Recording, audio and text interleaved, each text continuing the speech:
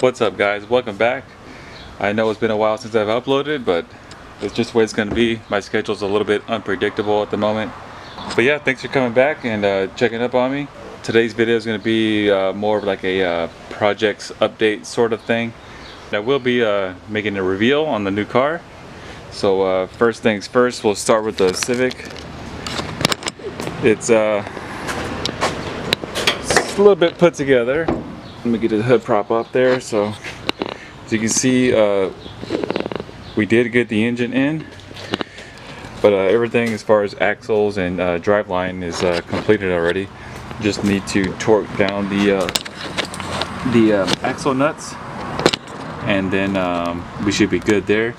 I need to get a new radiator fan shroud because I was going to use a stock one, but it's not going to work because this header, it hits the fan shroud and it will definitely melt it, so I don't want that to happen. Everything looks pretty good on this so far. Just it looks like a mess, but it's not as bad as it looks. That's all I can say. So yeah, that's where that's at. And we come over here, I did fix the brakes. You saw that on another video. Brakes do work great now. When I did finish it, I did have a leak on one of the lines on in the caliper, or the one that goes into the back of the caliper. That brake line was leaking at the threads, so I had to take apart that and retighten it. But it's all good now. But after that, I did have a very severe vibration. I took the wheels off, I looked at them, and I couldn't find anything wrong with it. So I thought it was the hub-centric rings, because they weren't the right size anymore, but it wasn't those. So I just took it to Discount Tire, and they just torqued it in the air, which I didn't do. I snugged it up in the air and then torqued it on the ground, but they did everything in the air, and that seemed to fix it, so everything's okay now. Yeah, the Civic does brake a lot better now. It will stop on a dime. It's kind of crazy how I didn't do that way before. And they do look nice, but you've seen it before. But those of you who have not seen it, I do have a video on this.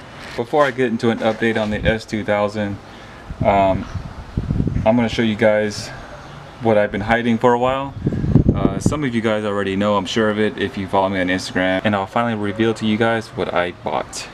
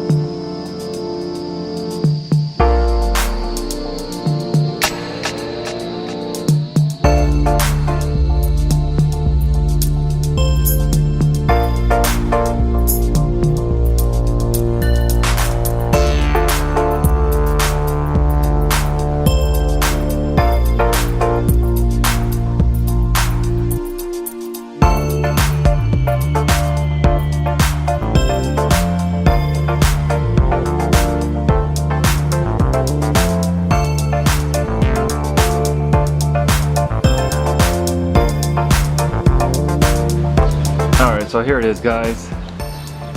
This is a Supra Turbo. It has 62,000 miles on it, and you can tell as we look down the body lines, it is a really good condition. I would say borderline perfect. Yeah, what do you guys think? It does have the 2JZ GTE engine, twin turbo, and black interior.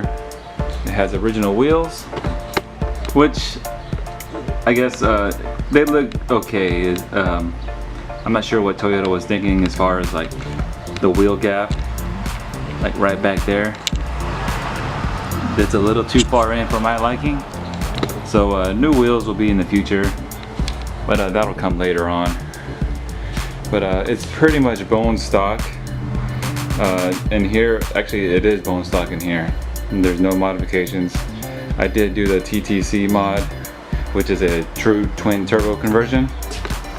which basically it gives it a lot of lag and a couple more pounds of boost, I believe.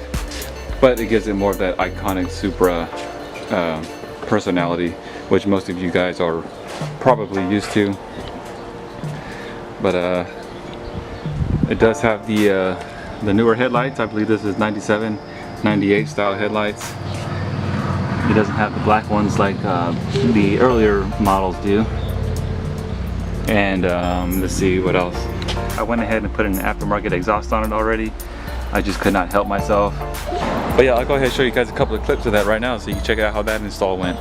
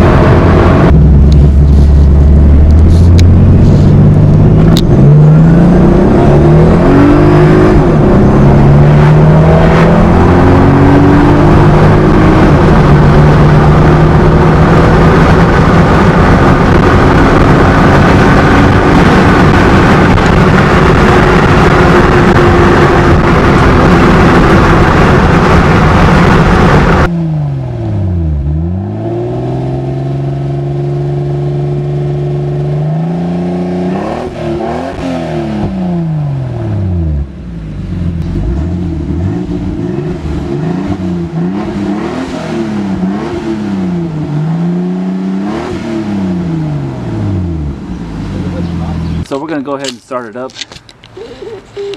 and see how she sounds. This is a cold start. It does have a little bit of smoking issue on cold startups. We'll go ahead and start it up so you can listen to it.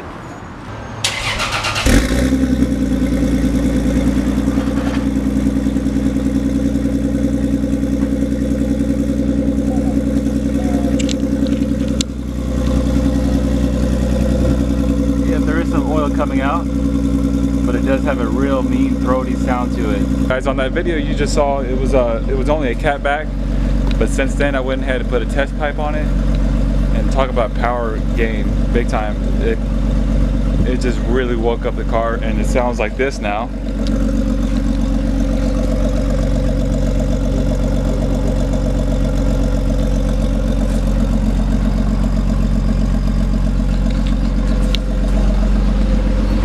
It sounds very, very meaty, and I like it. Turbo sound is really loud from the back now. I've already put probably close to 3,000 miles on it since I bought it.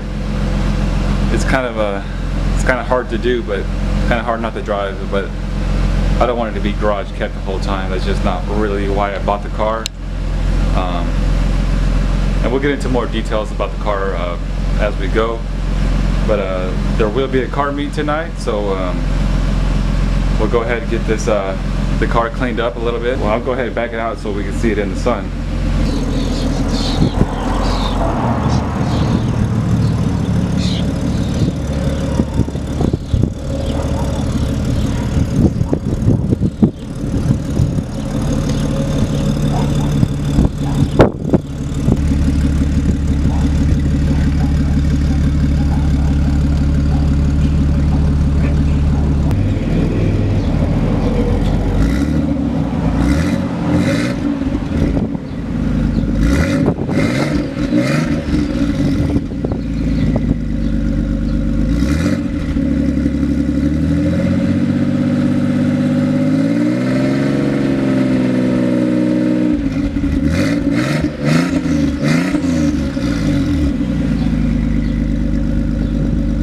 So let me show you the inside. It's all black. It's a little bit dirty, but it's because I do drive it. It doesn't just sit there all the time. Leather, of course, T-top. Oh yeah, and it is automatic. I am beginning to like it a little bit. I went ahead and bought some stuff to convert it already, just in case I do want to convert it. And I was already looking at the T56 Magnum 6-speed swap, but I don't know yet. I do like automatic. It is pretty nice to drive. It is really quick. But now moving on. Back seat looks pretty nice. It's a little bit dirty. I got some stuff back there. I did enter a car show. I did end up getting 3rd place, which was good for not really doing anything. Let me get this door chime out. I always forget that's in. I don't hear it, but you know, I know you guys do. We're gonna be going to a car show tonight. The car show's probably around 7:30 or so, so I'll probably be showing up around then, maybe a little bit later. Let's see this thing in the daylight. It is the limited edition. The body is all stock. Does look nice. I really like it. What do you guys think? You ready to have some fun with this one?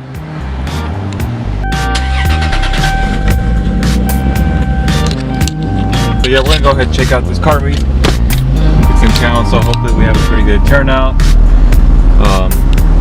Yeah, so let's go ahead and go.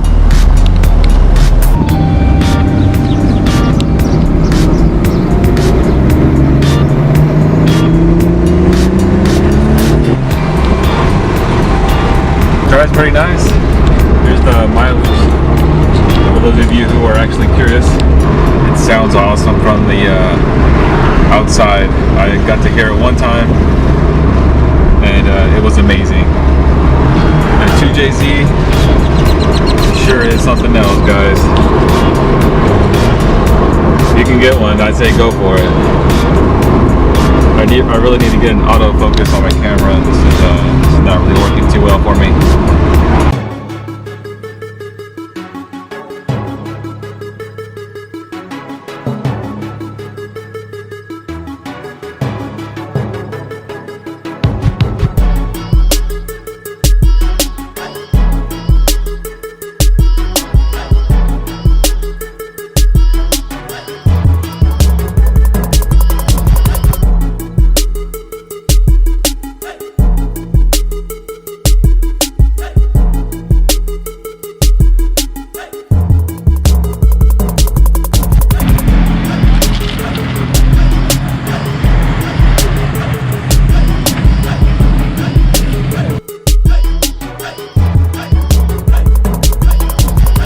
Like hubcaps on there, that's what I'm talking about. Fucking old school pumpkin right there, that's nice.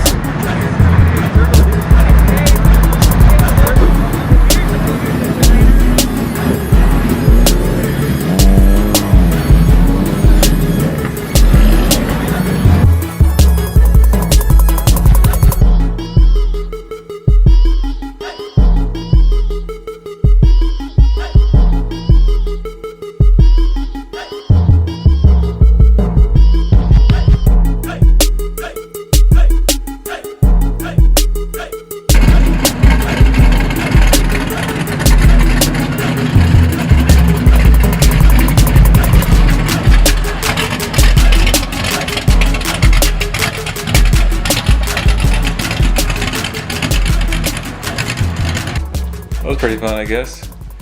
Saw some cool cars there. But now we're on the business about the S2000. So basically, the S2000's head is taken off. So you're probably wondering why the cylinder head is taken off. And I'll just explain this real quick. We did get the car tuned again. And here's a little bit of that footage.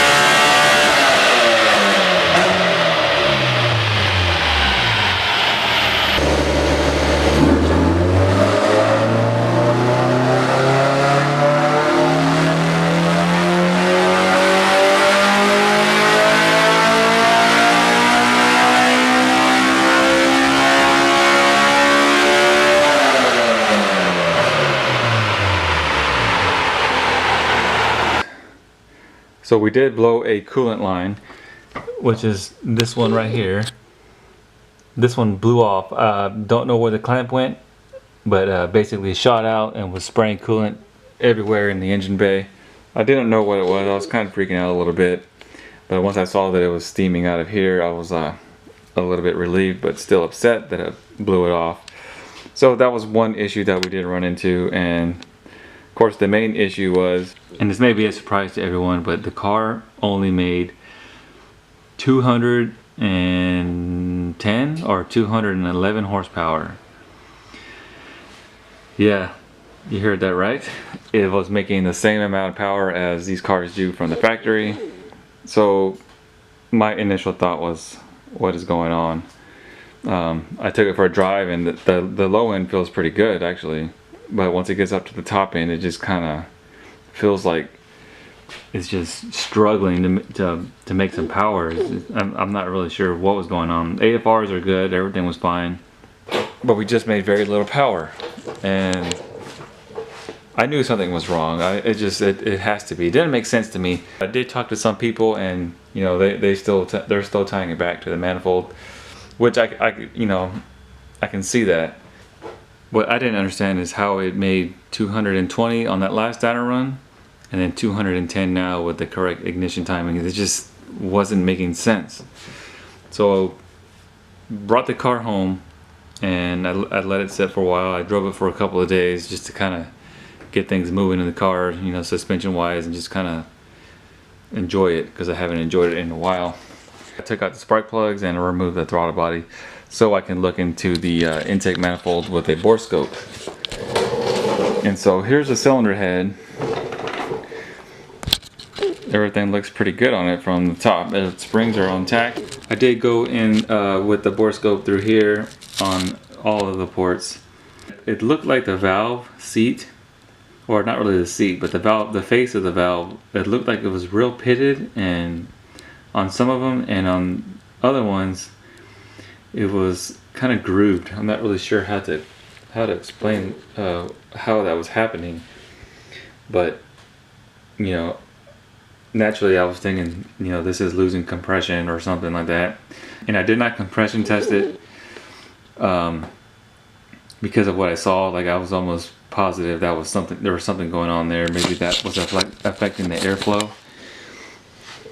But I did take the head off. It took me a couple of hours, which wasn't as long as I thought it was going to be. And I did the same leak test as I did on my first S2000 video, which is pouring water into the ports and seeing if it was coming out of the combustion chamber. And to my surprise, everything was sealed. It was not leaking. Actually, I take that back. That number 4 intake valve, this one right here on the well, the bottom right one on the camera, that one had very, very little leakage, and